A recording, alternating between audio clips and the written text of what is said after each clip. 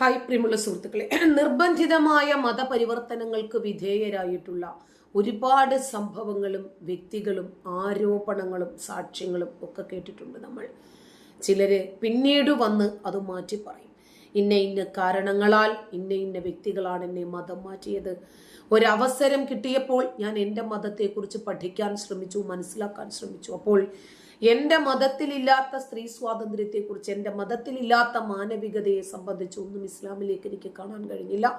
അതുകൊണ്ട് ഞാൻ ആ മതം ഉപേക്ഷിച്ചു എന്നൊക്കെ പറഞ്ഞ് പല കാരണങ്ങളാൽ മതം വിട്ടവർ വീണ്ടും പൂർവ്വമതത്തിലേക്ക് തിരിച്ചു പോകുന്ന കാഴ്ചകൾ നമ്മൾ കണ്ടിട്ടുണ്ട്. പലപ്പോഴും അതിൻ്റെ പിന്നിൽ ഒരു സമ്മർദ്ദം ഉണ്ടാകാറുണ്ട്.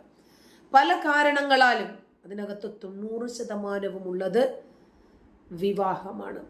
കാരണം പ്രണയക്കുരുക്കിൽ അകപ്പെട്ട് കഴിഞ്ഞാൽ മതം മാറാൻ നിർബന്ധിതരാകുന്ന ആണും പെണ്ണുമുണ്ട്. കുറച്ച് കഴിയുമ്പോൾ മടുക്കും. അപ്പോൾ ഇനിയിപ്പോ ഒരു ഹിന്ദു പെണ്ണിനെയാണ് ഒരു മുസ്ലിം പയ്യൻ മതം മാറ്റി വിവാഹം കഴിച്ചതെങ്കിൽ കുറച്ച് കഴിയുമ്പോൾ സ്വന്തം ജാതിയിൽപ്പെട്ട ഒരു പെണ്ണിനെ തന്നെ വിവാഹം കഴിച്ചാലോ, നീ വേണമെങ്കിൽ ഇവിടെ സ്റ്റെപ്പിനിയായിട്ട് നിന്നോ, കുഴപ്പമില്ല, ഈ രാജ്യത്തെ നിയമം അനുസരിച്ചിട്ട് എനിക്ക് 4 സ്ത്രീകളെ വരെ ആകാം, നിന്നെ ഞാൻ ഉപേക്ഷിക്കുന്നില്ല, കുട്ടികളുണ്ടല്ലോ, അഡ്ജസ്റ്റ് ചെയ്ത് പോകാം. അങ്ങനെ അഡ്ജസ്റ്റ് ചെയ്ത് പോകാൻ നിർബന്ധിതരായ പല ഭാര്യമാരിൽ ഒരാളായി ജീവിക്കേണ്ടി വരുന്ന അനേകം സ്ത്രീകളുണ്ട്. നമ്മൾ ഒരുപാട് സാക്ഷ്യങ്ങൾ കണ്ടിട്ടുള്ളവരാണ്. ഇപ്പോഴിതാ ഇന്ന് പുതിയ ഒരു വാർത്ത. 3000-ഓളം ഹിന്ദുക്കളെ മതം മാറ്റിയ കാൽവാരി പള്ളിയും അനുബന്ധ കെട്ടിടങ്ങളും പൊളിച്ചു മാറ്റാൻ ഉത്തരവിട്ടിരിക്കുകയാണ് ആന്ധ്രാപ്രദേശ് സർക്കാർ. ഈ 3000-ഓളം ഹിന്ദുക്കളെ മതം മാറ്റിയിട്ട് ഒരാള് പോലും കേസിന് പോയില്ലേ? ഇതിന് പിന്നിൽ എന്തെങ്കിലും രൂപത്തിൽ ഒരു സമ്മർദ്ദം ഉണ്ടായിരുന്നെങ്കിൽ എന്തുകൊണ്ട് 3000-ഓളം ആളുകൾ കേസിന് പോയില്ല? ഇനി പോയിട്ട് കേസ് എടുക്കാത്തതാണോ? എതിർകക്ഷികൾ പ്രബലരായതുകൊണ്ട്, അവർ മണി പവറും മാൻ പവറും പൊളിറ്റിക്കൽ പവറും ഒക്കെ ഉള്ളത് കൊണ്ട് അവർക്കെതിരെ കേസെടുക്കാൻ തയ്യാറല്ലാതെ ഇവരെ നിരാകരിച്ചു വിട്ടതാണോ? അറിയില്ല. ഒരുപാട് സത്യങ്ങൾ ഇനിയും പുറത്തു വരാനുണ്ട്. ഗുണ്ടൂർ ജില്ലയിലെ പെടകക്കാനി എന്ന് പറയുന്ന മണ്ഡലത്തിലെ നമ്പൂരു ഗ്രാമത്തിലാണ് ഈ പള്ളി ഇന്ന് സ്ഥിതി ചെയ്യുന്നത്. പള്ളിക്കകത്ത് നടക്കുന്ന നിയമവിരുദ്ധമായ പ്രവർത്തനങ്ങളെ കുറിച്ചിട്ടുള്ള സമഗ്രമായ അന്വേഷണത്തെ തുടർന്നാണ് ഉത്തരവ്. പല പള്ളികളിലും പല മതപരിവർത്തന കേന്ദ്രങ്ങളിലും ഒരുപാട് നിയമവിരുദ്ധമായ പ്രവർത്തനങ്ങൾ നടക്കുന്നുണ്ട്. പല സിനിമകളിലൂടെയും അത് പലരും കാണിക്കാൻ ശ്രമിച്ചപ്പോൾ ഒരുപാട് വിവാദങ്ങളിൽ അകപ്പെട്ടിട്ടുണ്ട്. നമുക്കറിയാം, ഞാൻ പള്ളികളുടെ പേരൊന്നും എടുത്തു പറയുന്നില്ല, പറയാതെ തന്നെ നിങ്ങൾക്കറിയാം, ഭ്രാന്തിന് ചികിത്സിക്കുകയാണ് എന്ന വ്യാജേന പല പള്ളികളിലും എന്താണിന്ന് നടക്കുന്നത് എന്നൊരു അന്വേഷണം വളരെ തീവ്രമായും വേണ്ടതാണ്. ഇനിയും പഞ്ചായത്ത് രാജ്, റവന്യൂ, പോലീസ്, ശബ്ദമലിനീകരണ നിയന്ത്രണ ബോർഡ് തുടങ്ങിയ സർക്കാർ വകുപ്പുകളുടെ നിയമപരമായ അനുമതിയൊന്നുമില്ലാതെയാണ് പള്ളിയുടെ പ്രവർത്തനങ്ങൾ നടന്നിരുന്നത്. ഇതുമായി ബന്ധപ്പെട്ട് പ്രധാനമന്ത്രിയുടെ ഓഫീസിൽ പരാതി നൽകിയിട്ടുണ്ടായിരുന്നു. അതുകൊണ്ട് പള്ളി നടത്തുന്ന പാസ്റ്റർ ഡോക്ടർ സതീഷ് കുമാർ നികുതി അടയ്ക്കാതെ പണം വെട്ടിച്ചു എന്ന പരാമർശവും നടക്കുന്നുണ്ട്. എന്തായിരുന്നാലും ഓരോ മാസവും ഏകദേശം 3000 ഹിന്ദുക്കളെ ക്രിസ്തു മതത്തിലേക്ക് ഈ പള്ളി വഴി മതപരിവർത്തനം ചെയ്യിക്കുന്നു എന്നാണ് അന്വേഷണത്തിൽ കണ്ടെത്തിയത്.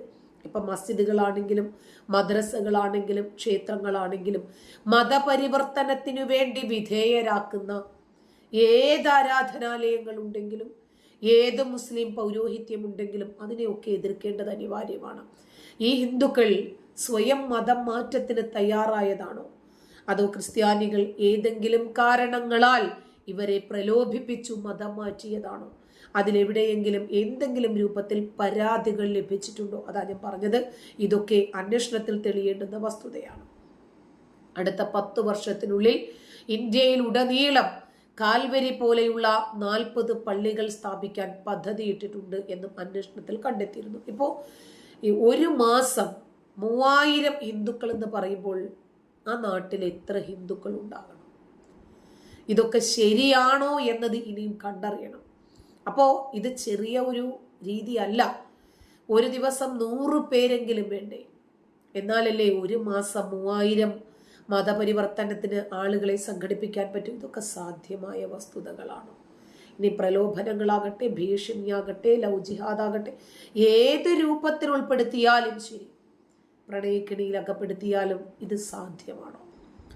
കഴിഞ്ഞ മാസം വേറെ ഒരു വാർത്ത വന്നിരുന്നു. അറസ്റ്റിലായ ഒരു പാസ്റ്റർ ബിജു മാത്യു മതം മാറ്റിയ ആളുകൾ തിരികെ ഹിന്ദു മതത്തിലേക്ക് തന്നെ മടങ്ങിയെന്നും ഉത്തർപ്രദേശിലെ മീററ്റിലാണ് സംഭവമെന്നും ഒക്കെ പറഞ്ഞിട്ട് ഒരു വാർത്ത. എന്നിട്ട് ക്രിസ്തുമതം സ്വീകരിച്ച 150 പേരാണ് പിന്നീട് ഹിന്ദു മതത്തിലേക്ക് തിരിച്ചെത്തിയത്. ഗോലാബാദ് ഗ്രാമത്തിലെ 30 കുടുംബങ്ങളിൽ നിന്നുള്ള ഈ വ്യക്തികൾ പതിവായി ക്രിസ്ത്യാനികളുടെ പ്രാർത്ഥനാ യോഗത്തിൽ പങ്കെടുക്കാറുണ്ടായിരുന്നു എന്നാണ് അറിഞ്ഞത്. പോലീസ് ചോദ്യം ചെയ്തു. അങ്ങനെ താൻ 300ഓളം കുടുംബങ്ങളെ മതം മാറ്റിയെന്നും പണവും വിവാഹ, വിദ്യാഭ്യാസ, ചികിത്സ, വീട് ഇങ്ങനെ ഒരുപാട് ചിലവുകൾ വാഗ്ദാനം ചെയ്തതായും മലയാളിയായ ബിജു മാത്യു വെളിപ്പെടുത്തി. വിവാഹ ചെലവ് വഹിക്കും എന്ന് പറഞ്ഞിട്ടാണ് പലരെയും മതം മാറ്റാൻ പ്രേരിപ്പിച്ചത്. തുടർന്ന് ഇവരുടെ വലയിൽ വീണവരോട് കൂടുതൽ ആളുകളെ കൊണ്ടുവരാൻ നിർദ്ദേശിച്ചത് ഒരു ബൈനറി പ്ലാൻ പോലെയാണ്.